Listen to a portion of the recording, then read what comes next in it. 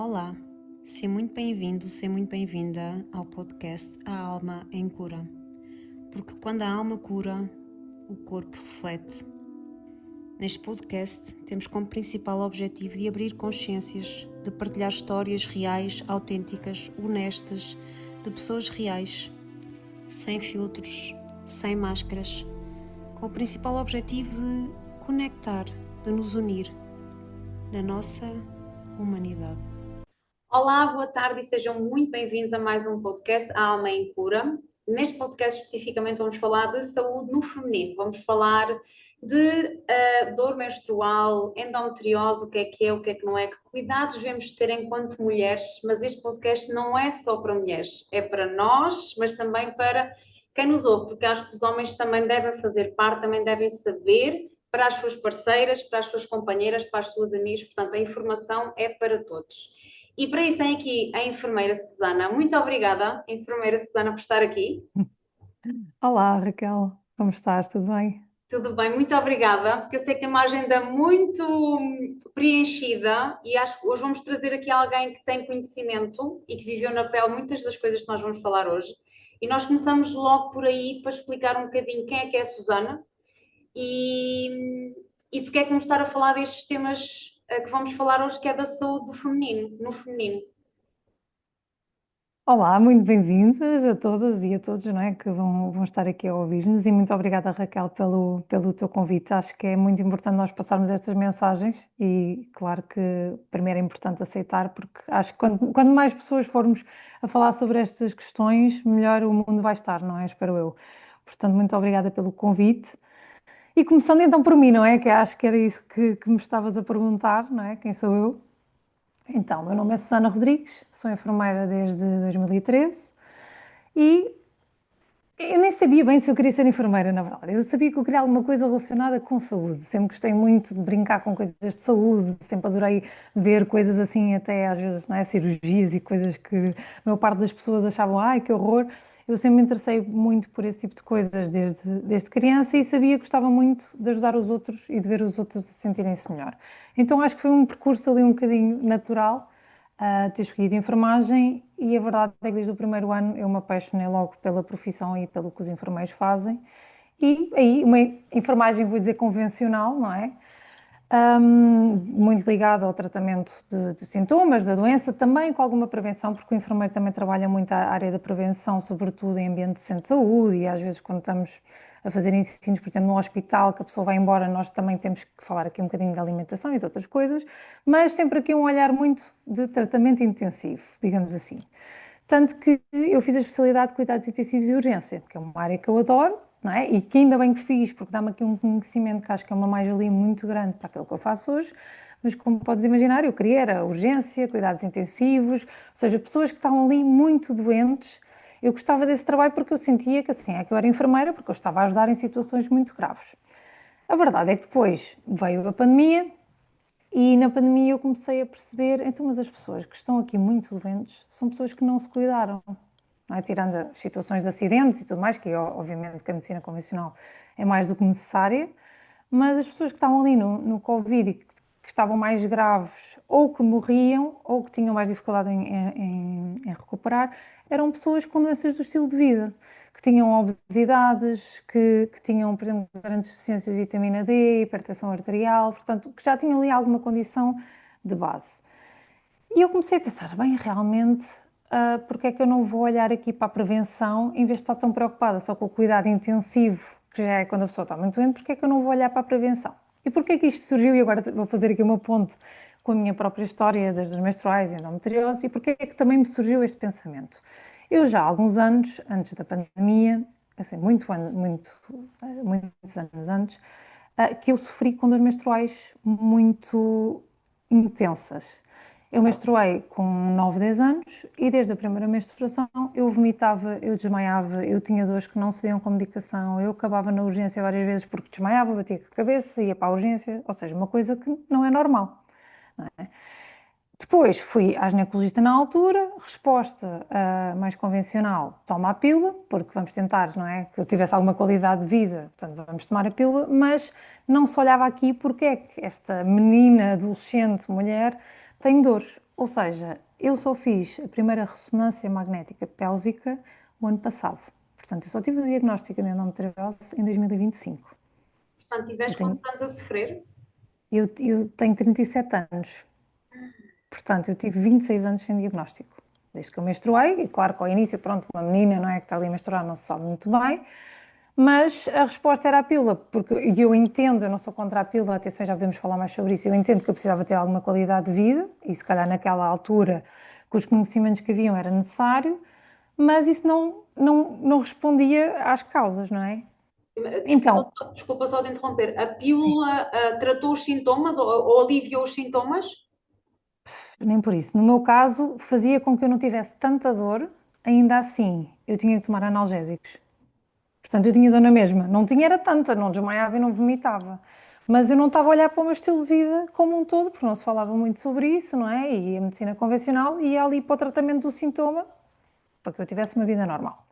Então, eu própria, depois de ser enfermeira, não é? Comecei a pensar, então, mas se ninguém me faz, ninguém me quer passar a ressonância pélvica. Ou seja, porque fazia várias ecografias e tudo, mas os médicos que eu consultei na altura, sempre, mas a ecografia está normal, o toque está normal, a avaliação física está normal, não vemos critério para fazer uma ressonância magnética pélvica. E eu faço aqui uma ressalva, eu já era profissional de saúde e eu continuava a ouvir este discurso.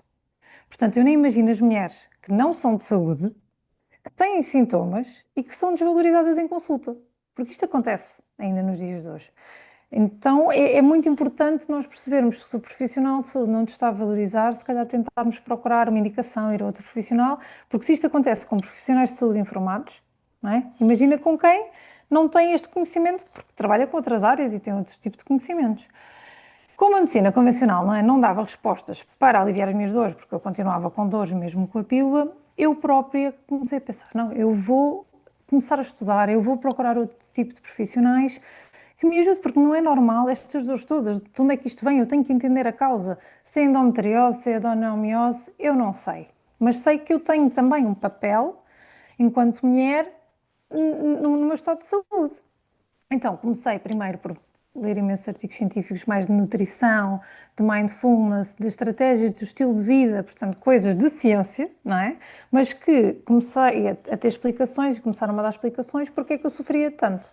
Depois percebi que precisava também de um acompanhamento mais profissional desta área, comecei a procurar profissionais de saúde integrativa, que na altura em Portugal e eu morava na Bélgica também não havia grande coisa, mas lá encontrei uma médica que me começou a ajudar neste processo e que confirmou tudo aquilo que eu andava a estudar, não é? Que se eu mudasse a minha alimentação, se eu tirasse tudo o que era açúcar, e quando eu digo tirar tudo é 90% do tempo, ok? 90, 95, claro que se temos um almoço, um jantar, uma festa de anos, não quer dizer que nesse dia não se possa comer qualquer coisa, não é? Mas o facto de retirar os processados do meu dia-a-dia, e quando eu digo processados, as pessoas nem acreditam muito quando eu digo isto, mas eu ia ao McDonald's todas as semanas, ou eu comia lasanhas daquelas congeladas de supermercado, como se calhar muitos enfermeiros, não é, profissionais de saúde, que andamos aqui a correr de um lado para o outro a trabalhar por turnos, às vezes nem vemos o que é que estamos a comer, o que é que temos em casa e é a despachar. Eu comia queijo todos os dias, eu era completamente viciada em queijo, eu adoro queijo, agora já não o tirei um bocado da minha vida, mas eu tinha muita coisa no meu estilo de vida que era altamente inflamatória e eu vivia tanto em piloto automático que eu nem olhava para isso. Quando eu comecei a estudar e a ser acompanhada, eu comecei a perceber, não, de facto, isto tem um efeito brutal, o olhar para a alimentação, o olhar para o sono, para a qualidade do meu sono, como é que era a minha higiene do sono, como é que eu podia dormir melhor para também conseguir comer melhor. Estratégias de mindfulness que eu nem sabia, não é? De meditar, de respirar fundo, de antes da refeição tentar estar num estado calmo. Eu sabia lá o que era isso, não é?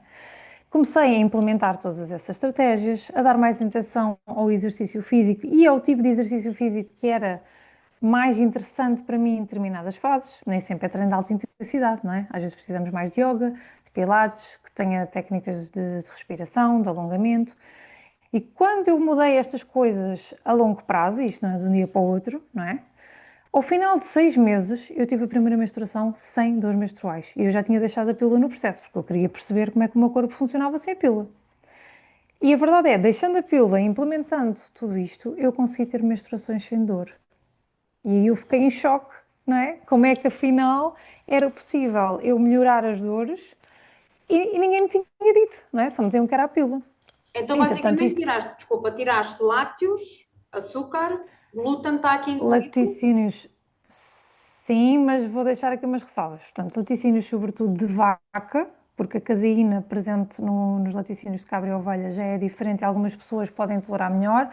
Eu, numa fase inicial, retirei tudo para perceber como é que Portanto, eu me senti. queijo, iogurte e leite de vaca. Sim, Ok. e de cabra também na altura. E quando eu digo que retirei, não é? Se eu tiver um evento, me apetece comer um bocadinho, não é por esse dia, não é? Mas uma coisa é ser uma vez por mês, outra coisa é ser todos os dias da minha vida, que era o que acontecia. Álcool também diminui drasticamente, porque havia aquela coisa, eu tenho um jantar, vou beber um copo de vinho, mas depois sábado tiver outro jantar, vou beber outro copo de vinho, ou vou sair à noite. Também tive que tirar muito tudo o que era bebidas alcoólicas. Em relação ao glúten, o glúten por si só não é que seja um vilão, mas o que é que acontece? Nós consumimos muito trigo hibridizado, trigo industrial. O pão branco que está nos croissants, que está nos processados. Se nós trocarmos por outras farinhas mais integrais, diferentes e que haja uma variedade alimentar, a nossa microbiota já vai ter uma qualidade melhor. Ou seja, o problema não é o trigo em si, mas é o trigo que foi hibridizado há muitos anos, porque tínhamos de ter ali uma farinha de alimentação rápida, digamos assim, e foi alterado. A molécula do trigo comum foi alterado. Então, o ideal é nós termos outros tipos de farinhas, por exemplo, se for um pão de centeio ou espelta, também tem glúten, mas nutricionalmente já vai ser diferente. Ainda assim, numa fase inicial, eu tentei também não ter da maior parte das farinhas que eu consumia que não tivessem glúten para perceber como é que eu me sentia se eu de facto retirasse esses trigos alimentares.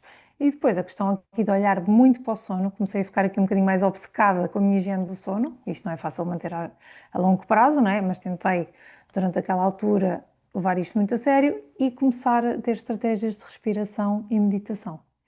Eu também não fazia ideia, não é? Eu sempre fui muito acelerada.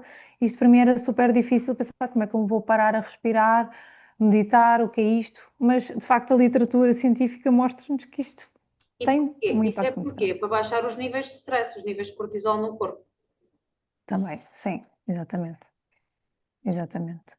Agora indo, imagina quem nos está a ouvir, sempre teve dores menstruais Uhum. e não consegue perceber se aquilo é normal ou não é normal. Tu, enquanto profissional e que no, já tiveste nos dois espectros, pelo menos pelo que eu entendi, agora estás sem dor e já tiveste com muita dor, o que é normal para uma mulher? Que tipo de dor ou desconforto é normal em termos menstruais? Então, a literatura fala muito do que é comum. E ser comum não significa que seja normal, ok? A literatura aponta que é comum que uma grande percentagem de mulheres tenha algum desconforto ali no primeiro dia, mas que pode não exigir tomar a medicação para aliviar a dor, que é uma coisa que passa, que não é sempre, ou seja, pode haver alturas que a pessoa até sente ali uma moinha, uma coisa leve, mas depois nos outros meses não tem, e não é uma coisa constante. Agora, quando a mulher tem que recorrer constantemente a analgésicos para conseguir estar sem dor, ou quando é constante, ou quando é associada a uma síndrome pré-menstrual também muito exacerbada. Isto aqui é um mundo, não é? Pode ser alterações de sono, pode ser tensão mamária, pode ser uma alteração do humor muito grande. Há muita coisa. Isto é um síndrome pré-menstrual, e uma síndrome é um conjunto de sinais e sintomas. Portanto, isto depende muito da mulher, e há mulheres que às vezes passam 15 dias do ciclo com esta síndrome pré-menstrual. Portanto, se formos ver, a mulher passa às vezes metade do mês a sofrer. Portanto, é preciso olhar muito aqui o que é que a mulher sente exatamente. Há uma mulherzinha que passa ao final do primeiro dia, porque há uma inflamação de facto durante a menstruação, mas uma coisa é ser uma coisa ali muito leve, que passa, que a mulher nem precisa de analgésicos, que não é todos os meses, ou de uma coisa que é constante e que é incapacitante. No meu caso específico, eu vomitava, eu desmaiava, eu tinha que ficar de cama, eu não conseguia fazer nada. Eu, quando ia trabalhar, na altura enfermeira do hospital, eu tinha que tomar medicações muito pesadas, já não eram analgésicos normais, já era o nível a seguir, digamos assim. E depois, tenho efeitos secundários, às vezes eu estava no hospital, mole, não é, a ter que pedir ajuda aos colegas porque não conseguia funcionar corretamente. Ou às vezes tinha que trocar turnos em cima da hora, porque eu não conseguia funcionar. Agora, o que é que eu notei com esta alteração, não é, do estilo de vida, suplementação, de olhar mais para a minha vida, não quer dizer que eu agora, desde que eu fiz isto, que eu nunca mais tive dores, não é isso. Agora, eu nunca mais desmaiei, eu nunca mais vomitei e eu nunca mais fiquei de cama. O que é que eu agora noto? Que se eu tiver meses com muito stress, ou que eu dormi muito mal, ou que eu me desleixei muito na alimentação, eu sei que esse mês provavelmente eu vou ter alguma dor, algum desconforto, ou alguma tensão mamária, mas eu agora já reconheço o meu corpo e eu já consigo ouvir e eu já sei exatamente o que é que me faz bem, o que é que me faz mal e o que é que eu posso fazer no mês a seguir para isto não acontecer. E eu acho que o bonito desta abordagem mais preventiva, mais integrativa, é isso. Que se nós começamos a conhecer o corpo e a saber exatamente o que nos faz bem e o que faz mal, nós temos muito mais poder. Não estamos a curar a doença, se for uma endometriose ou uma adenomiose, mas estamos a conseguir viver com muito menos sintomas. E por isso é que eu, na altura, quando descobri isto, eu nem pensei em fazer isto de profissão, eu levei isto para mim, ajudava algumas amigas e familiares e continuava nos cuidados intensivos. E como eu te estava a dizer há pouco, nesta altura do Covid eu comecei a pensar, então, mas se eu mudei o meu estilo de vida, se eu tive resultados tão bons, as minhas amigas, os meus familiares aqui à minha volta, que eu já vou dando dicas, não é? Nem sabia que ia fazer disto um negócio, estão a melhorar, porque é que eu não vou olhar para a prevenção e ajudar as pessoas, não é, a prevenir ou a viver melhor caso já tenham sintomas e também a trazer mais consciência do diagnóstico, porque eu fui negligente comigo mesma, e sou profissional de saúde, mas eu tenho que admitir que eu fui negligente, porque como eu não estava a ter a valorização nas consultas de ginecologia relativamente às minhas dores, eu fui procurar o caminho por mim própria para aliviar, mas eu deixei de procurar o diagnóstico durante alguns anos. Isto também foi um erro. Eu tinha que ter feito os dois em paralelo, não é? Eu tinha que procurar o que é que eu posso fazer e o que é que eu sou responsável para manter menos inflamada e não sofrer, mas em paralelo eu tinha que ter continuado a procurar o diagnóstico. E eu acho que isto acontece com muitas mulheres, provavelmente, que é vão à consulta, não são valorizadas e desmotivam. Só que depois isto pode acontecer que um dia, quando se percebe que há a doença, às vezes já há aderências intestinais, ou seja, o que é endometriose, né? Se Pois era calhar é isso que melhor eu te ia explicar perguntar mesmo. esta Explica parte. exatamente o que é endometriose. Primeiro, o que é que tu sentiste quando tiveste um diagnóstico? Esta era a primeira pergunta. O que é que tu sentiste quando tiveste uma resposta? Olha, foi um alívio e foi muito de, afinal eu não estava louca, que eu Mas já sabia no fundo. já suspeitavas que era. Claro, eu já sabia que tinha endometriose. E eu dizia, como é que é possível ter estas dores? Não é uma endometriose, não é uma adenomiose. E alguns profissionais diziam, mas já fizemos eco 3D, está normal, eu não sinto nada ao toque. Isso também já melhorou com o estilo de vida, se calhar não é. Ou se quiser, passamos uma pílula. E depois isto gerava tanta frustração, não é? Que às vezes olha, já não quer saber. Mas isto é errado, não é? E quando eu finalmente tive o diagnóstico, agora no final do ano de 2025, eu chorei quase de alegria, de alívio, de eu não estava louca. Eu passei 26 anos a saber que eu tinha um problema e a ser desvalorizada, e isto é a confirmação de que eu não estava louca. E eu acho que é muito importante nós procurarmos profissionais de saúde que não nos desvalorizem, porque o que é que acontece com algumas pessoas? Quando descobrem endometriose, ou é porque estão a tentar engravidar e não conseguem, porque nem toda a gente tem dor. Vou voltar Explica atrás. agora o Então, o que que é é endometriose. endometriose? Exato. Exato. Nós temos no nosso útero uma camada interior que é o endométrio, depois temos o músculo que é o miométrio. O endométrio tem as suas célulazinhas, mas quando há endometriose nós temos células desse endométrio que crescem fora do útero. E fora do útero pode ir para o intestino, pode estar ali à volta, mas pode inclusive ser nos pulmões, pode até ser no cérebro, pode estar em outras zonas do corpo. As células Ou migram. seja, isso aí há várias teorias, há teorias embrionárias aí, não te vou saber explicar qual é a teoria agora mais robusta, mas há várias teorias que explicam porque é que elas podem já estar noutros sítios. Mas resumindo, se essas células estiverem noutros sítios, elas vão ter um comportamento igual ao do útero.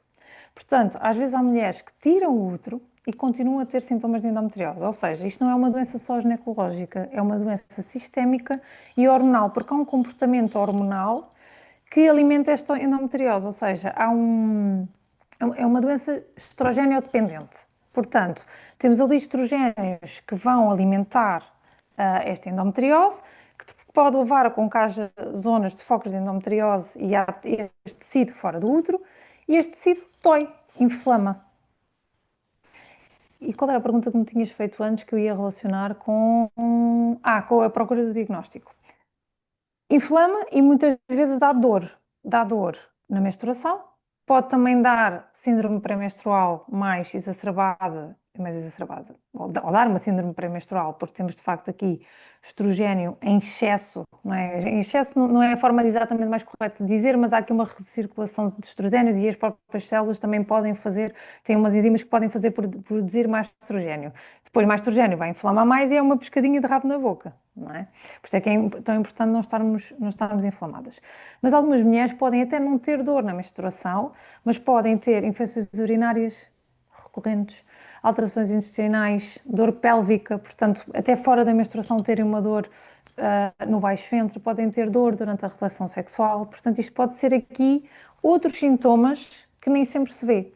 E quando o diagnóstico é tardio, às vezes pode haver focos já em sítios, imagina que há um pedaço de tecido, não é? Um foco intestinal, que adere ao intestino, às vezes é preciso retirar. E se for preciso retirar, pode-se ter que tirar um pedaço de intestino. Isto é grave. Se a doença fosse acompanhada desde o início, não é? Íamos estar aqui muito mais em cima a fazer exames e ver tudo o que é preciso fazer para não chegar a este ponto. Há mulheres que perdem rins. Quando se descobre é tão tarde que já se tem que tirar, imagina, inclusive ao rim. Claro que eu estou a falar de casos muito graves. Mas isto acontece. Portanto, não deveríamos deixar de procurar o diagnóstico. Imagina que a mulher até faz a pílula para não ter sintomas. Ok, faz a pílula, se tiver que fazer, mas vai procurar o diagnóstico na mesma, porque em paralelo pode estar a acontecer aqui este tecido estar-se a colocar em sítios que não deveria, e depois quando se descobre, temos que ir para uma cirurgia de urgência, por exemplo. Então é muito importante. Desculpa, diz. Dizer que é muito importante a mulher não descurar este diagnóstico, e sobre a fertilidade eu ia dizer também há uma infertilidade muito grande associada à endometriose e, por exemplo, eu tenho vários clientes que só descobriram endometriose quando estavam a tentar engravidar, não conseguiam, mas nunca tinham tido dores na menstruação, tinham tido, se calhar, algumas infecções urinárias ao longo da vida, alterações intestinais, até dor na relação sexual, mas é aquelas coisas que às vezes não se valoriza, não se fala sobre isso em consulta, e depois, quando perceberam que não conseguiam engravidar, então foram-se fazer os exames, fazendo os exames perceberam que havia uma endometriose. E às vezes têm que ser operadas, esperar e só depois é que podem tentar engravidar. Ias-me perguntar uma coisa? Ia-te perguntar, estou aqui com uma questão que é, tomando a pílula, sendo que a pílula normalmente é uma combinação, não sei que seja outro tipo de pílula, uma combinação de estrogênio e progesterona, sendo que já temos um nível elevado de estrogênio e estás a inserir uma pílula que é combinada com estas hormonas, não estás a inserir mais hormonas no teu corpo? O que é que vai, É como é que a assim, pílula vai funcionar aqui? a pílula é aqui uma coisa delicada, porque a pílula em alguns casos até pode eventualmente controlar a liderança. Ou seja, o que é que a pílula faz? A pílula não regula o ciclo menstrual, não é? Ela faz com que o nosso ciclo menstrual, em vez de ter aquelas curvinhas que nós vemos, não é? Que sobe estrogênio, desce, sobe progesterona, sobe FSH e LH, que são as hormonas femininas, é como se as hormonas ficassem quase uma linha reta. Portanto, faz com que não haja ovulação e depois naquela pausa nós temos uma hemorragia de privação. Portanto, nós não estamos a regular o ciclo. E não posso deixar de dizer que a pílula é um medicamento com efeitos secundários, não é? E que afeta muita coisa, e por isso é que não quer dizer que a mulher não tenha que fazer a pílula em algumas situações. Eu não sou contra a pílula, há situações que pode fazer sentido, mas tem que, em paralelo, ver o que é que essa pílula está a fazer. Porque a pílula pode dar alterações na absorção de vitaminas complexo B, B12, B6, ácido fólico, pode dar alteração na absorção de magnésio, de zinco, portanto há outras coisas que nós temos que ir ver que estão a acontecer enquanto a mulher toma a pílula. Depois, sabemos que há estudos que falam que as mulheres que tomam a pílula podem, ou seja, não é podem porque isto não é relação causal, mas que foi encontrado em estudos com, acho que 1 milhão de mulheres, se eu não me engano, na Dinamarca, que as mulheres que tomavam a pílula tinham mais depressão. Não quer dizer que a pílula causasse depressão, mas encontraram que nesse grupo de mulheres havia mais depressão. Depois sabemos que altera, por exemplo, a libido. E depois, o efeito secundário mais preocupante também, e sobretudo em mulheres que fumam, é a formação de coágulos. Se forma, ou seja, é como se o sangue fica mais espesso, pode formar um coágulo. Se ele bloqueia, por exemplo, numa perna, dá uma trombose venosa profunda. Isto acontece muito em mulheres jovens. Agora, relativamente à pergunta que me fizeste, quando a mulher está muito inflamada e que há esta recirculação toda de estrogénios e que há esta parte toda que não estamos a conseguir controlar, o facto dela não ovular podem, em alguns casos, fazer com que se diminua aqui um bocadinho a inflamação. Por isso é que em muitos casos também se utiliza a pílula. Agora, o que é que acontece quando se utiliza a pílula sem haver um diagnóstico e sem saber? Estamos a mascarar sintomas, não é? Estamos a tapar sintomas, estamos a calar o funcionamento da mulher. Então vamos calar aqui para não ter dores. A mulher vai continuar a tomar a pílula, às vezes, no meu caso foram 13 anos, estamos a calar aqui os sintomas. Então e agora? Deixamos de procurar o diagnóstico. Entretanto, a mulher vai ficando com déficits nutricionais, a endometriose pode estar a progredir, muitas das vezes não há este acompanhamento integrativo ou de nutrição ou um acompanhamento que ajude a diminuir a inflamação e depois o quê? Passado 10 anos vamos descobrir que havia uma doença. Agora, não quer dizer que a pílula não tenha o seu lugar, por exemplo, mulheres que querem fazer um contraceptivo, só se entendem com a pílula. Não quer dizer que isto não tenha o seu lugar e que não tenha dado muita liberdade à mulher. Mas é preciso estarmos conscientes, não é, dos riscos, dos efeitos, e por isso é que é tão importante não descurar o acompanhamento e o diagnóstico e depois o médico ginecologista fazer este acompanhamento de, ok, se calhar agora faz sentido fazer uma pílula contínua neste tempo, por isto e por aquilo, mas isto ser feito com consciência e não descurando o estilo de vida, porque temos que ir à base, não é? Já que não podemos tratar a doença de raiz, porque até a própria cirurgia só elimina focos, não trata este comportamento sistémico, então temos que ir olhar para o que é que nós podemos fazer, enquanto mulheres, nós somos as principais responsáveis pela nossa saúde, então o que é que eu posso fazer para estar o melhor possível? Depois, se às vezes for preciso fazer uma pílula ou outro tipo de tratamento, isso o ginecologista vai agir em equipa, connosco mesmas, não é? Mas eu acho que é muito importante, e eu também tomei a pílula durante alguns anos, acho que é muito importante os médicos falarem sobre isso. Eu nunca tive um médico que me tenha explicado quais são as consequências de tomar uma pílula. E nós normalizamos como sendo é o mais fácil, porque é só colocarmos um comprimido na boca e temos uma menstruação regulada, vou pôr aqui entre aspas, porque não é uma menstruação. Sim, E também me aconteceu a mim tomar a pílula, querer deixar de tomar, e tive um ano sem menstruar, portanto, o organismo fica completamente desregulado em termos hormonais e eu nunca tive um médico que me tenha informado.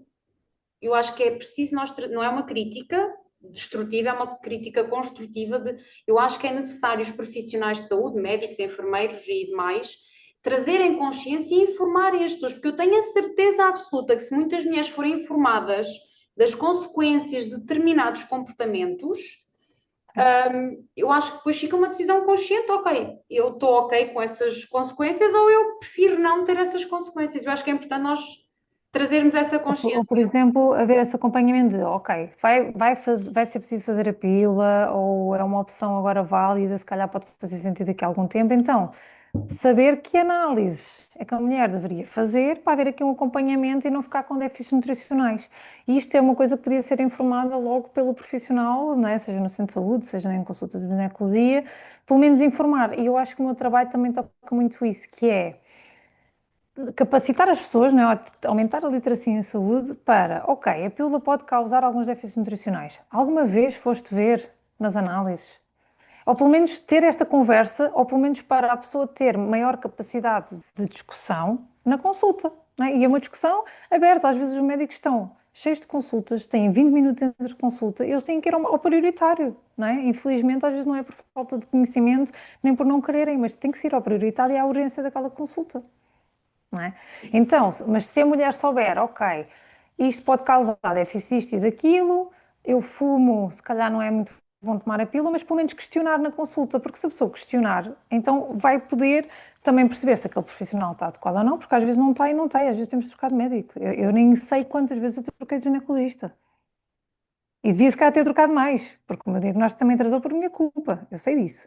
Mas se nós, quanto mais capacitadas nós estivermos, quanto mais nós questionarmos, mais nós vamos poder falar, não é? E eu acho que é muito isso, que é dar informação para que a pessoa saiba o que questionar, depois com o profissional que acompanha, até porque o ideal é que seja um trabalho multidisciplinar, não é? Nós não vamos ser seguidas só por um profissional ao longo da vida, vão haver várias peças que se juntam e eu também passo muitas vezes por encaminhar. Eu tenho vários clientes que vieram ter a mim por sintomas, por exemplo, por dores menstruais, e foi logo tu vais ter que ver um ginecologista agora, vais marcar e vai logo nas minhas recomendações, marcar consulta de ginecologia ou consulta de endometriose, mas vais ter que falar disto com um ginecologista e fazer os exames necessários. Portanto, trazemos aqui consciência e nós nos tenhamos cada vez mais contacto com o nosso corpo e sabermos ouvir o nosso corpo. E agora vamos Sim. mudar de tema, sendo que é no mesmo órgão, digamos assim, vais-me corrigir se eu estiver errada. Vamos falar de HPV. Eu vou partilhar aqui uma coisa pessoal, que já estou resolvida relativamente a isso, mas há 3 anos atrás, numa consulta normal, sem sintomas, sem nada, foi apenas uma análise de rotina. Que fui fazer, eu vivo no Catar, tinha ido a Portugal, fui fazer os meus exames de rotina e eu recebi diretamente do laboratório, não foi a médica que me contactou, a médica nem me contactou, eu recebi o relatório, eu percebo um bocadinho, não sou especialista, mas percebo um bocadinho e notei que não dizia positivo para HPV, não dizia isso, mas dizia qualquer coisa que estavam lá umas células que se estavam a desenvolver muito rapidamente. Não sei qual é que era o termo técnico que estava lá agora.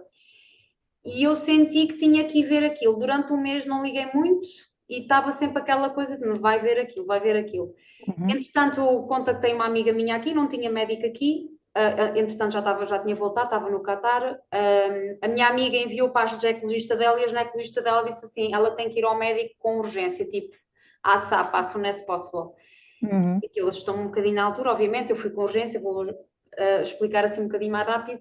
Fui com urgência, fui a um médico, o médico explicou-me que provavelmente eu tinha HPV, eu já tinha ouvido falar, mas não estava muito consciente. O médico explicou-me que 8 em cada 10 mulheres têm pelo menos um contacto com HPV na vida, 2 dessas 8 posso desenvolver, e que no meu caso ele disse-me assim, isto foi antes dele me ter visto, se tiver assim uma linha branca no seu endométrio, nós vamos ter que retirar essa zona porque foi afetada, ou seja, que o vírus se multiplicou.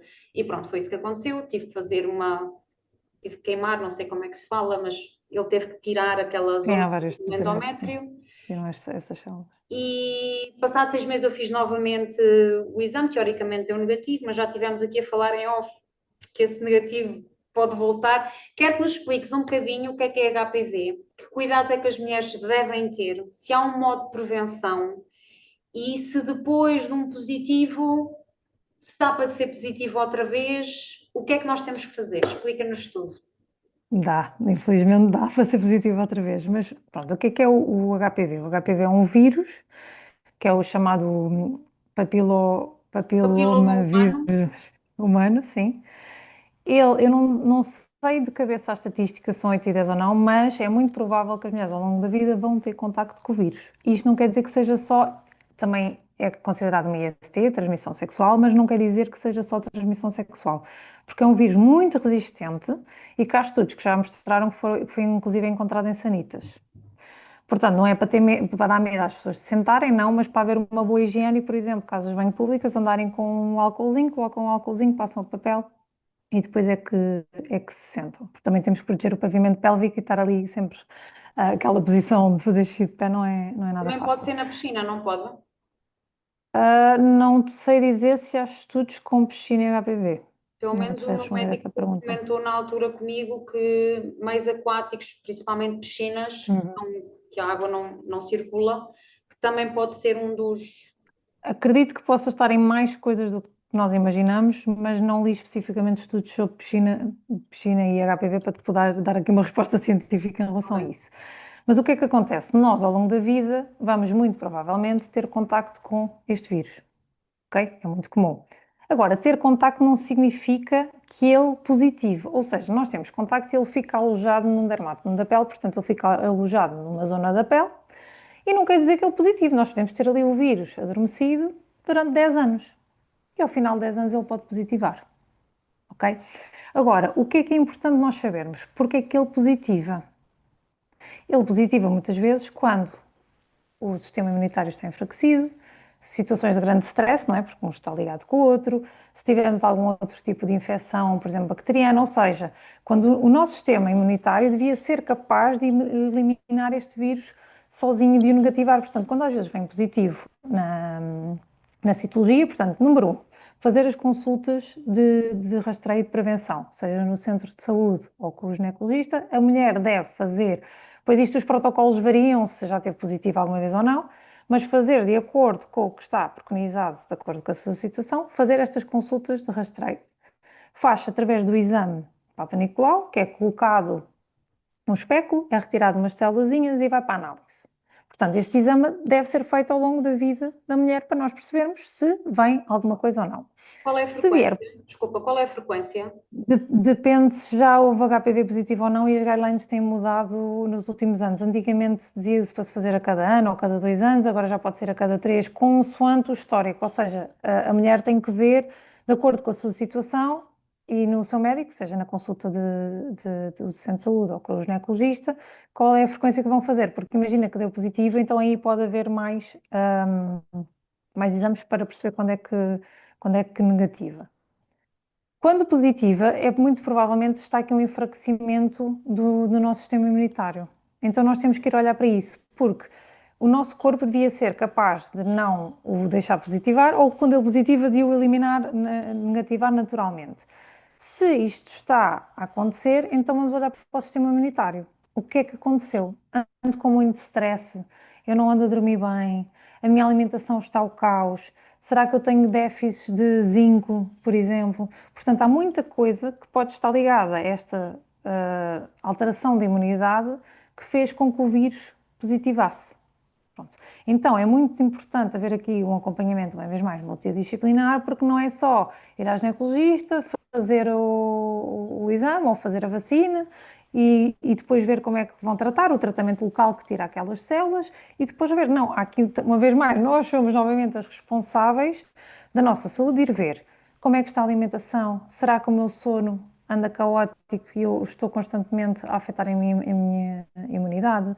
Será que eu não estou a passar por uma fase emocional muito intensa e que isto está a afetar a minha imunidade? Ou será que existem déficits nutricionais muito grandes que eu tenho que olhar para poder reforçar a imunidade? Portanto, eu tenho também algumas pacientes que vêm porque a ginecologista disse, olha, positivou aqui, vamos fazer vigilância normal, não é nada de mais, daqui a um ano voltamos a repetir, ou daqui a 6 meses, consoante os casos.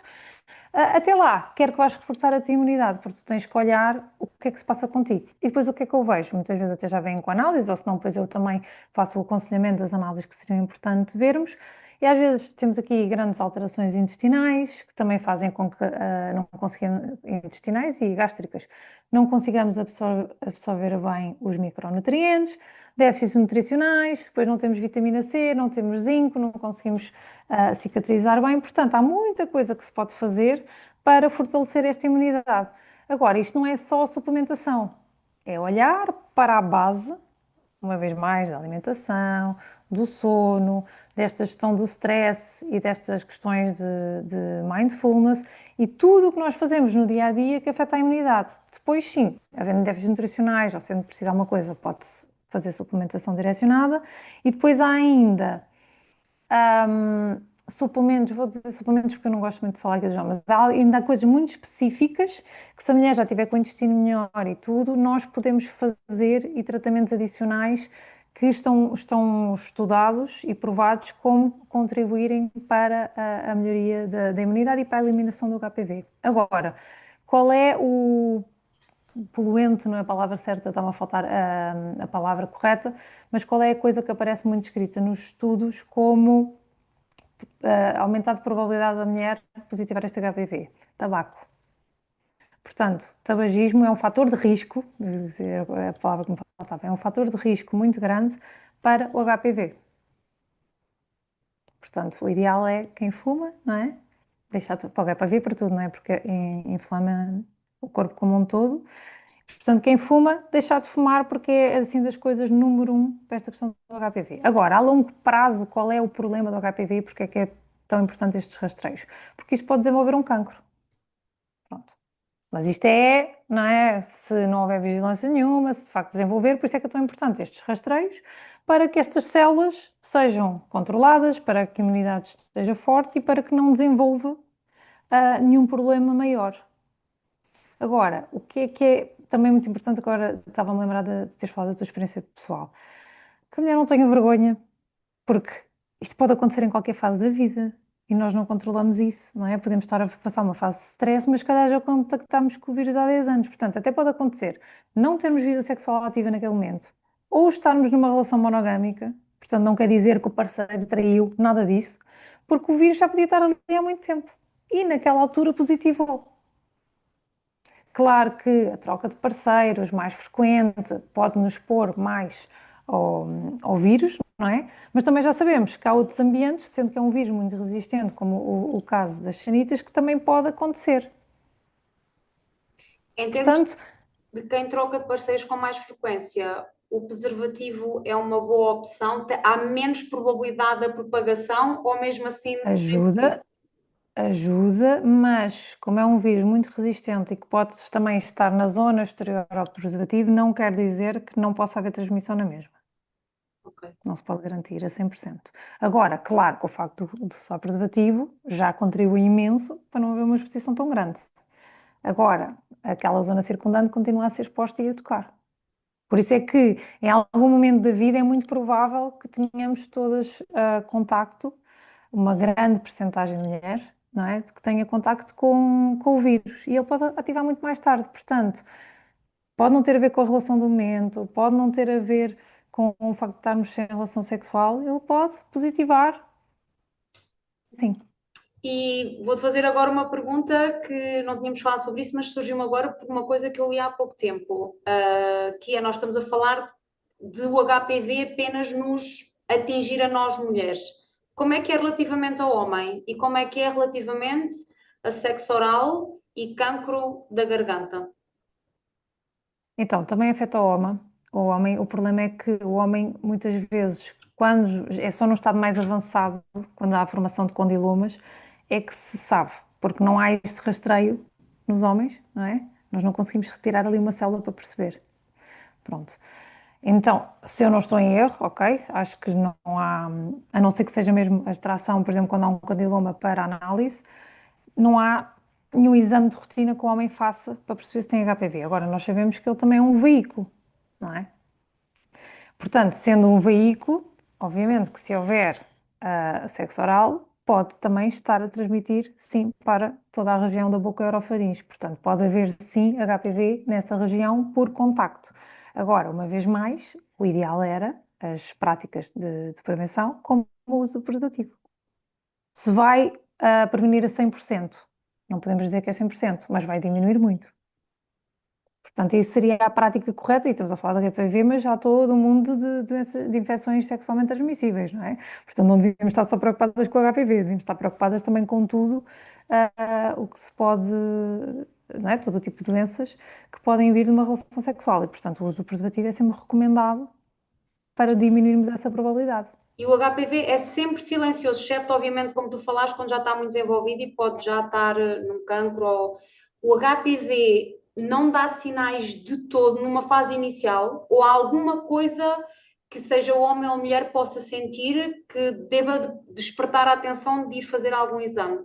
É assim, algumas mulheres e alguns homens também, os tais condilomas, ou seja, pode haver alterações na pele, umas bolinhas, a pele da zona genital estar diferente. Pronto, pode haver alterações locais. Por isso é que é tão importante a consulta de rotina, para haver aqui um exame físico e perceber-se. Agora, se a mulher detectar alguma coisa diferente, deve ir imediatamente ao médico, não é? E não quer dizer que seja HPV, pode às vezes até ser um herpes genital, pode ser clamídia, pode ser outras coisas. Mas se vê alguma alteração ali, deve ir procurar ajuda. Agora, na maioria dos casos, é silencioso. Porque quando desenvolve uma alteração é porque já estamos aqui, não é? Já há aqui uma coisa avançada. Digamos assim, a maior parte dos casos, na fase inicial, não dá sintoma nenhum. Olha, no meu caso, posso falar só do meu caso, foi literalmente silencioso em todos os níveis. Eu não tive nenhuma alteração em termos de menstruação, em termos de ter mais muco, ter nada, absolutamente zero. Eu não fui fazer aquele exame por algum sintoma, foi literalmente um exame de rotina que eu E posso é na dizer que me rotina. salvou de ter um cancro. Literalmente, foi um exame de rotina que eu fui fazer, sem sintomas nenhuns. E atenção, eu acho também importante dizer, não quer dizer que evolua sempre para cancro, ok? Agora não sei de mente a estatística, mas o importante é apanhar-se no estadio inicial para se tratar, depois faz-se a vigilância e a reforçar o sistema imunitário e à partida vai negativar, ok? O nosso corpo tem capacidade de o negativar sozinho, isso não tem, não é? Vai tirar as células que estão ali, vai fazer o acompanhamento mais apertado, mas é isso, normalmente é só no rastreio que se percebe. Por isso é que este rastreio é tão importante fazer-se nos tempos recomendados. Mas por isso a mulher tem que o fazer. Eu já cheguei a atender mulheres que se calhar não fazem um exame, uma citologia há 10 anos, não é?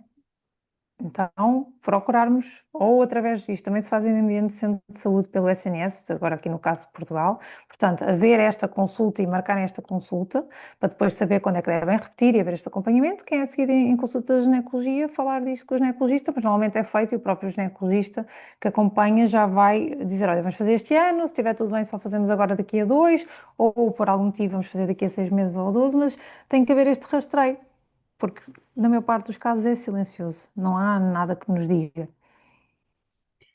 Ok, vamos mudar um bocadinho de tema, vamos trazer o mesmo tema, mas trazer assim uma parte que não falámos ainda, que é a parte das Uhum. emoções e que é a parte da mentalidade.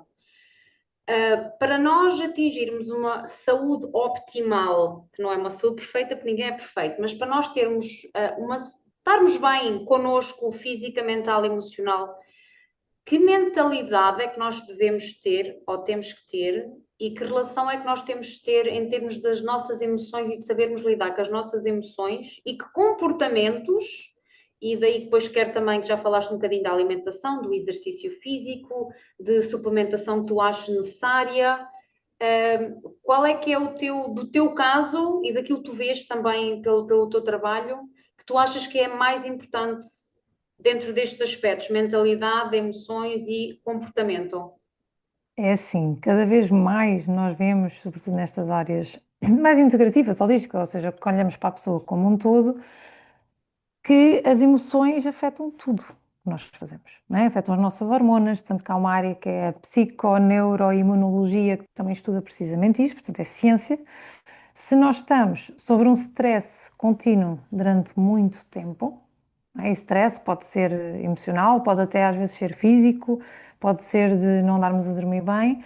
Isto vai afetar a forma como o nosso corpo responde. E basta pensarmos, nós temos uma hormona que é o cortisol, que ela é importante, nós temos de ter cortisol, portanto, de manhã nós temos um pico de cortisol que é o que nos permite viver, ter energia para o dia, ter disposição para fazer as coisas, mas ele devia ter ali um pico e depois é suposto ir descendo ao longo do dia.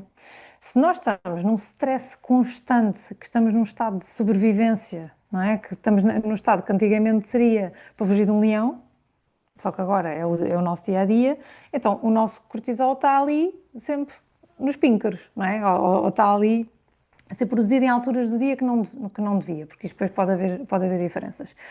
Quando há esta produção constante, então, se eu precisava de hormonas estarem ali a trabalhar de forma normal, essas hormonas vão se virar para a sobrevivência, não é? Então, elas não vão priorizar fertilidade, não vão priorizar ciclo menstrual, não vão priorizar ovulação, não vão priorizar com que a tireoide funcione corretamente e regule o nosso metabolismo e muitas outras hormonas. Portanto, se nós estamos em estado constante de stress, isto vai afetar diretamente o funcionamento hormonal, vai afetar diretamente o nosso intestino, a qualidade da nossa microbiota, portanto, como é que as nossas bactériazinhas dentro do intestino estão lá também para nos dar imunidade, também afeta esta qualidade. E basta nós pensarmos, quem é que nunca esteve nervosa e tem uma diarreia? Ou que às vezes temos algumas situações que ficamos muito obstipadas. Portanto, isto afeta diretamente. E o que é que seria o ideal? É nós conseguirmos sair deste estado de luta ou fuga, que alguns autores descrevem, não é? O fight or fly, de estarmos sempre prontas para fugir do leão, e virmos para um estado de presença. E como é que isso também se faz? Respirações conscientes, não é? Algumas culturas antes das refeições rezam. Portanto, trazer-te aqui para o presente, para um estado mais de rest and digest, por exemplo, no caso da refeição, onde há uma inspiração profunda, uma expiração prolongada, trazes-te ali para o presente, tentas não ter outros estímulos e ok, agora vou respirar e vou-me tentar trazer aqui para um estado de presença e não para um estado de luta ou fuga. E quanto mais nós mais sairmos desse estado, melhor, porque aí o nosso corpo vai poder funcionar corretamente. Agora, o ideal era que a pessoa tivesse rotinas destas estratégias de mindfulness, seja fazer yoga, seja fazer pilates, seja estas micro-respirações ao longo do dia, antes da refeição, ou acordar, não mexer logo nos eletrónicos, que isto também afeta muito a nossa parte mental e nós nem damos conta. Não é? Quantas pessoas não acordam e abrem o Instagram e de repente deixaram entrar na cabeça delas, nos primeiros 5 minutos depois de acordar, 200 pessoas, 200 notificações, coisas más, coisas que não é para estarmos a receber nessa altura. Portanto, tentarmos trazer aqui esta calma e esta presença para o nosso dia a dia. E uma coisa que é relacionada com isso que me perguntaste, e eu não sou psicóloga, não sou psiquiatra, não é? Portanto, eu trago aqui esta consciência e dou estas dicas, mas há 2 livros e há 2 autores, 2 médicos que eu gosto muito, eu adoro o trabalho deles e se calhar algumas pessoas aqui até podem ir ver os livros. Um médico é um psiquiatra que é o Bessel van der Kolk, que fala muito sobre trauma e como é que isso se manifesta no nosso corpo.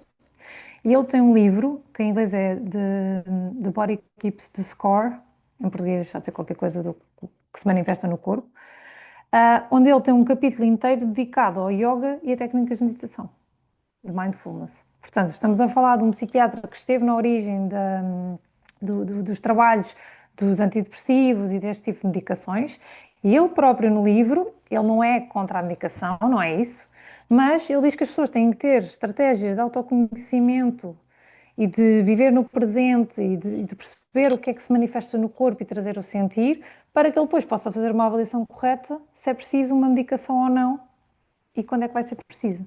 Portanto, temos autores que nos falam muito de como é que as emoções se manifestam no nosso corpo e o que é que nós podemos fazer antes, às vezes, até de medicar.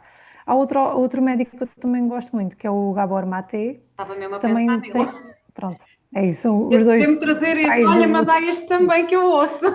Sim. Ele também fala muito sobre isso, e tanto que ele foi um médico muito disruptivo com as suas ideias de não, as emoções afetam-se, e ele fala muito também sobre doenças autoimunes. Ele descreve, inclusive, comportamentos que foram identificados em mulheres que têm doenças autoimunes, como às vezes não ter limites, aceitar tudo, fazer tudo pelos outros, negligenciarem-se, e como isto, a longo prazo, também estava ali a contribuir, não é uma coisa única, a contribuir para alguns tipos de doenças. E agora que falaste, desculpa lá, só um parênteses, já Uhum. falaste isso sobre a mulher. Eu agora não sei a percentagem, mas é uma percentagem bastante alta. Que é ele que traz isso, que a esmagadora maioria das doenças autoimunes acontecem em mulheres. E É mesmo. ele fala nisso mesmo. Mas eu digo já, são em cada 5 pessoas diagnosticadas com doença autoimune, 4 são mulheres. Portanto, Eu imagina. sabia que era uma percentagem alta, mas não sabia a percentagem. É preocupante. Em cada 5, 4 são mulheres. Sim, sem dúvida. E estes 2 autores falam, 2 médicos, não é? Falam muito sobre isto, como é que as nossas emoções afetam e a longo prazo, não é? Depois o corpo vai dando sinais, não é? E nós às vezes não ouvimos e queremos calar e voltamos à mesma rotina e voltamos ao stress, depois às vezes aparece outra coisa, não é? Porque o nosso corpo vai se gerindo como pode, mas há alturas que ele não consegue mais. Por exemplo, em consulta eu vejo muitas pessoas dizerem: mas eu sempre fiz isto ou eu sempre comi aquilo e nunca tive sintomas. Pois, mas o corpo, ele foi tentando apagar o lume, não é? Ele foi tentando. Chega uma altura que ele já não consegue mais. Portanto, ou nós olhamos de facto para as causas, em vez de só tratar o sintoma para evitar que se desenvolva outras doenças ou alguma coisa maior, ou fica muito complicado. Sabes, as minhas Portanto, alunas uma coisa também. que eu também. Desculpa. As minhas alunas Diz também isso. dizem muito isso, mas eu faço sempre isto e nunca me aconteceu nada. Eu dou sempre este exemplo. Um caixote de lixo tem isto aqui da altura. Uhum. Chega a um ponto que não consegue ter mais lixo, mexe a transbordar. Eu dou essa comparação que o nosso corpo consegue, até determinado limite, com determinados tipos de comportamentos. Ninguém fuma um cigarro e tem cancro no outro dia. É por um comportamento, e do Exato. cigarro estou a falar do álcool, estou a falar de outro tipo de comportamento. Chega a um ponto que o corpo já não aguenta mais, que já atingimos o limite dele. Sim. Às vezes as pessoas conseguem perceber melhor que, tipo, só dá até aqui, outras pessoas só dá até aqui. E o nosso corpo, e somos todos diferentes, não é? Pois há pessoas que é o que está a dizer, mas dão até aqui, outras dão até ali. E outra coisa que eu acho fundamental e que eu não disse no início, mas também foi uma coisa que eu fiz, ok? Portanto, experiência própria, acompanhamento psicológico é fundamental. Fundamental. A maior parte de nós acha que, não, mas eu não tenho nada, eu vou gerir sozinha. Não tem nada a ver se a pessoa tem um problema grave, se não tem. O facto de haver um profissional especialista da área a questionar-nos, a levar-nos a pensar coisas que nós nunca pensámos na minha vida, a ver padrões repetitivos, a ver como é que nós contribuímos para os problemas, como é que isto afeta o nosso corpo, não é?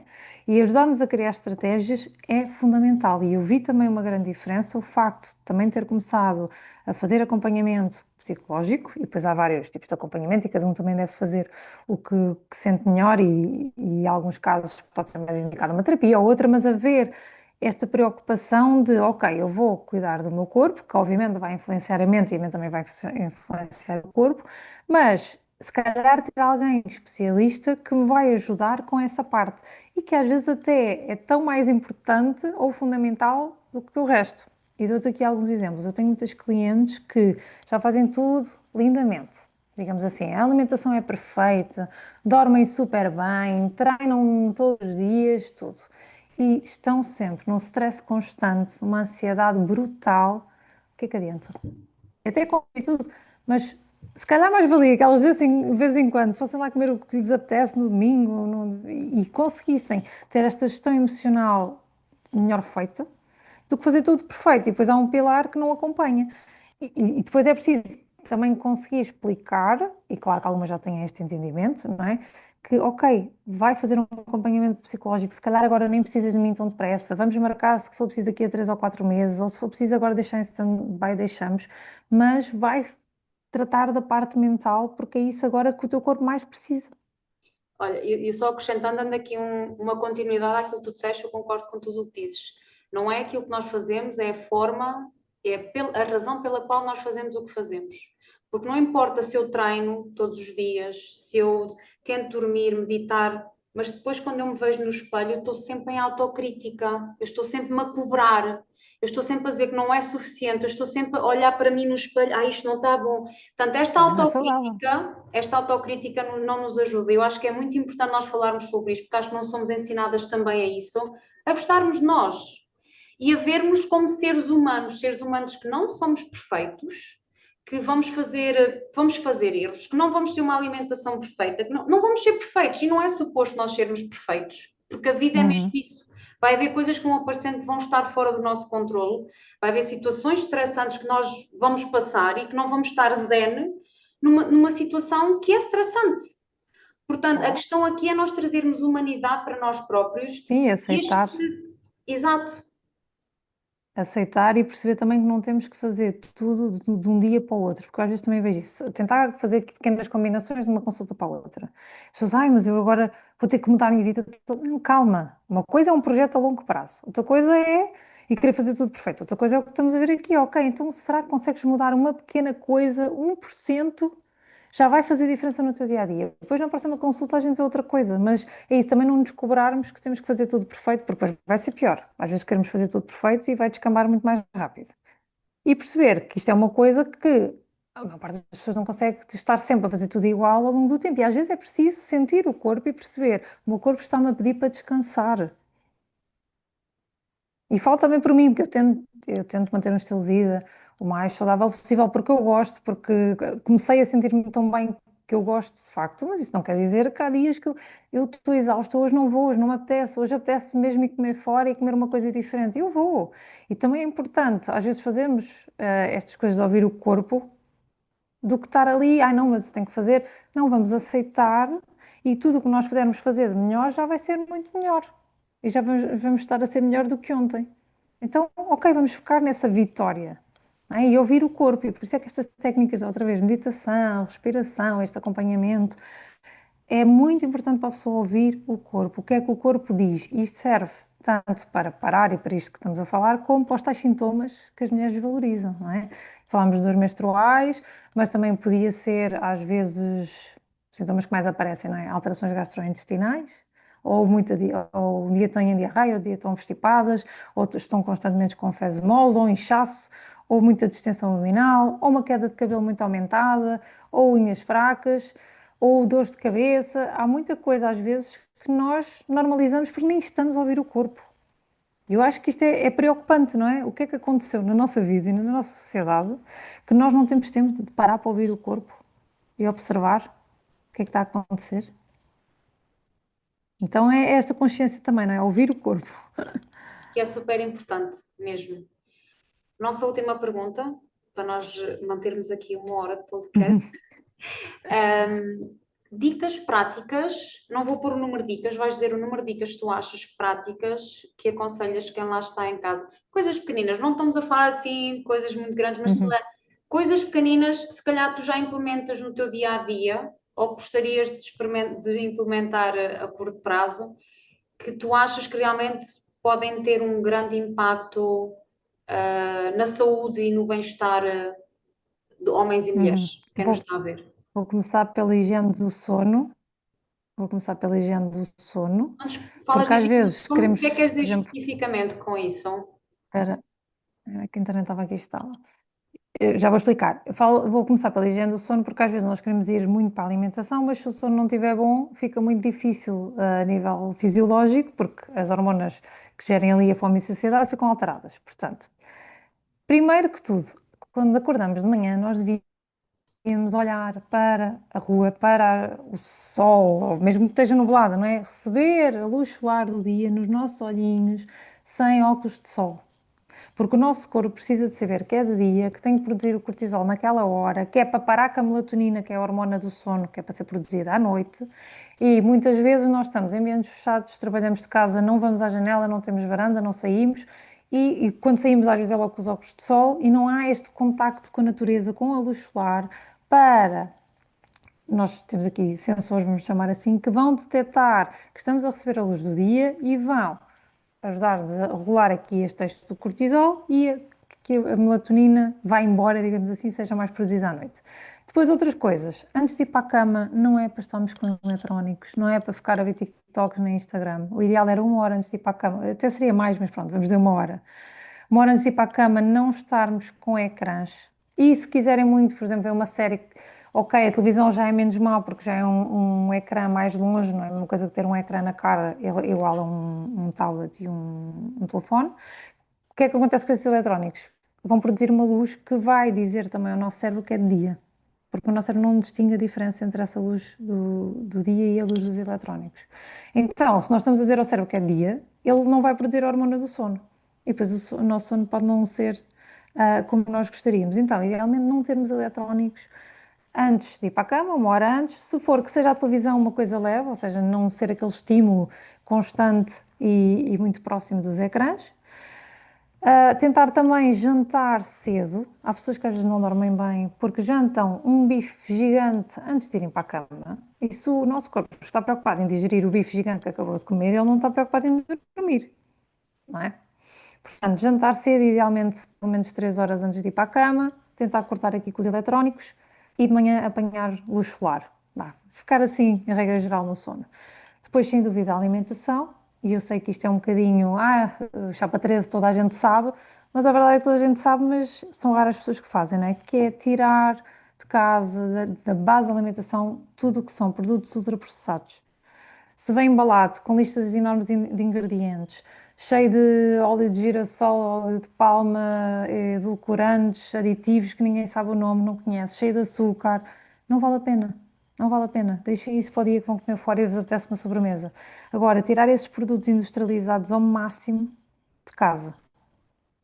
Que isso não faça parte do dia a dia. E, obviamente, reduzir os açúcares e aumentar muito aqui tudo o que é da natureza. Portanto, os legumes, os vegetais, as leguminosas.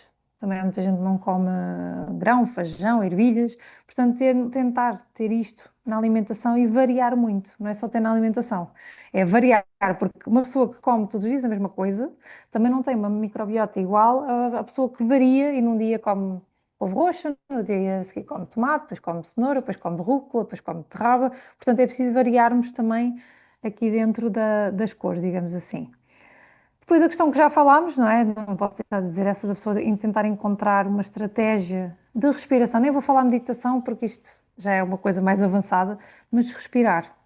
E respirar pode ser antes da refeição, parar, olhar para o prato, perceber, ok, eu vou comer, eu vou estar no estado de presença, eu não vou estar a discutir, eu não vou estar a conversar, quer dizer, conversar pode, mas não vou estar aqui com coisas negativas e vou respirar fundo e trazer-me aqui consciência, fazer ali uma ou duas respirações conscientes, profundas, antes de começar a comer. Tentar começar a comer num estado de calmo, de presença e não agarrado ao telefone a fazer scroll e não a fazer mil coisas, sem estar em frente ao computador, sem estar a trabalhar. Portanto, trazer presença aqui para o momento, pelo menos da refeição. Também pode fazer isto antes de dormir ou noutras situações do dia a dia, mas pelo menos antes da refeição. E não posso falar também, deixar de falar no exercício, não é? O movimento, vá, vamos dizer, não é que a pessoa tenha que ir ao ginásio, não é? E tu sabes isto melhor do que eu. Pode treinar online, pode fazer em casa, pode fazer caminhadas, pode ver o que é que gosta. Se é uma aula de dança, vá fazer aula de dança. Mas haver movimento, porque o corpo não está preparado para estar 8 horas seguidas numa secretária. Não é? Não sei, acho que são assim as regras para tentar não me alongar muito. Regras, as minhas sugestões para uma vida um bocadinho melhor. E tudo o que falei é grátis, não depende de ninguém, não depende da compra de um suplemento, não é? Depende de nós. E às vezes é o mais difícil, porque as pessoas querem milagres, Sim, isso não dava é? um Às tema vezes para é que outro não há. podcast. Exato, exato, Olha, Susana, exato. quem quiser saber do teu trabalho, Uhum, explica-nos um bocadinho onde é que estás, onde é que as pessoas podem encontrar, seja no físico ou no online, se tu fazes dois tipos de uhum. trabalho, como é que funciona? Quem quiser saber e trabalhar contigo. Então, podem procurar através da página susana.health, saúde em inglês. Eu atendo maioritariamente online, mas quem está na zona de Lisboa tem também a possibilidade de fazer consultas presenciais. Hum, Faço os programas também de 21 dias. Agora, o ano passado fiz alguns, agora acho que vai ficar só uma vez por ano. Portanto, já fiz em janeiro, ainda vou decidir se faço um até o final do ano ou não. Mas são os programas de 21 dias que são em grupo, portanto, tenho as consultas individuais, né, acompanhamento individual, 100% personalizado. Os programas de grupo de 3 semanas para quem quer ter ali mais motivação e ter ali um acompanhamento diário, sendo em grupo. E depois faço também workshops, tanto para clientes e às vezes eventos que organizamos, como também para empresas. Portanto, também virei o meu negócio também para esta questão das empresas, porque já percebemos, não é, que o nosso trabalho também não está bem. Se nós não estivermos bem, a nossa performance está afetada. E a verdade é que se as empresas olharem para isso de uma forma preventiva, também vão ter muito mais sucesso, tanto que as mulheres vão gostar mais lá de trabalhar e também porque elas vão de facto estar melhor e vão conseguir trabalhar muito melhor. Quem quiser agendar pode ir à página do Instagram, contactar-me, tem lá o e-mail, tem lá o WhatsApp e algumas dúvidas também me podem enviar através dos canais que lá estão. Eu vou colocar as informações todas depois na descrição aqui do nosso Obrigada. podcast, Sim, portanto, depois quem obrigada. quiser contactar contigo está à vontade. Olha, Susana, primeiro Obrigada. de tudo, muito obrigada por esta partilha, por este conhecimento todo Obrigada. e por partilhares também a tua parte pessoal e que te levou a chegar até onde estás. E Uhum. obrigada também pelo teu serviço. Enquanto Obrigada. eu acho que eu sou do lado da prevenção também trabalho numa área diferente, mas que é complementar àquilo que tu fazes, portanto, Sim, para sim, mim és minha colega. Portanto, muito obrigada pelo claro que trabalho sim. que tu fazes, mesmo, porque estamos a trabalhar para um mundo um bocadinho melhor, um bocadinho mais saudável. É isso. Somos saudáveis, somos mais felizes, pelo menos teoricamente. E eu acho que é isso, é trazer mais consciência, trazer mais informação, que é importante, muito Uhum. importante, e tu trabalhas muito isso. Portanto, muito obrigada por estares aqui, por tudo o que Sim, partilhaste e connosco obrigada eu aqui. também por partilhares esta missão, não é? E também trazer estes questionamentos, que é isso, às vezes é questionar. O primeiro passo é a pessoa questionar, ok, mas eu faço sempre assim, será que isto está bom? Comecem a questionar e já vão estar a dar aqui o primeiro passinho, tentar entender porque é que isto acontece. Muito obrigada pelo convite, obrigada por partilhares esta missão. E é isso, se houver alguma dúvida, se alguém quiser mais, a gente depois conversa. Também, olha, é assim, comentem, partilhem, ativem as Sim, notificações para o nosso podcast, A Alma em Cura, e o nome do podcast diz tudo. É nós nos curarmos a nós próprios e estamos sim. todos no processo. Portanto, é isso. Muito obrigada Beijinho grande. Obrigada, Raquel. Beijinho, boa Tchau. continuação. Beijinho, tchau.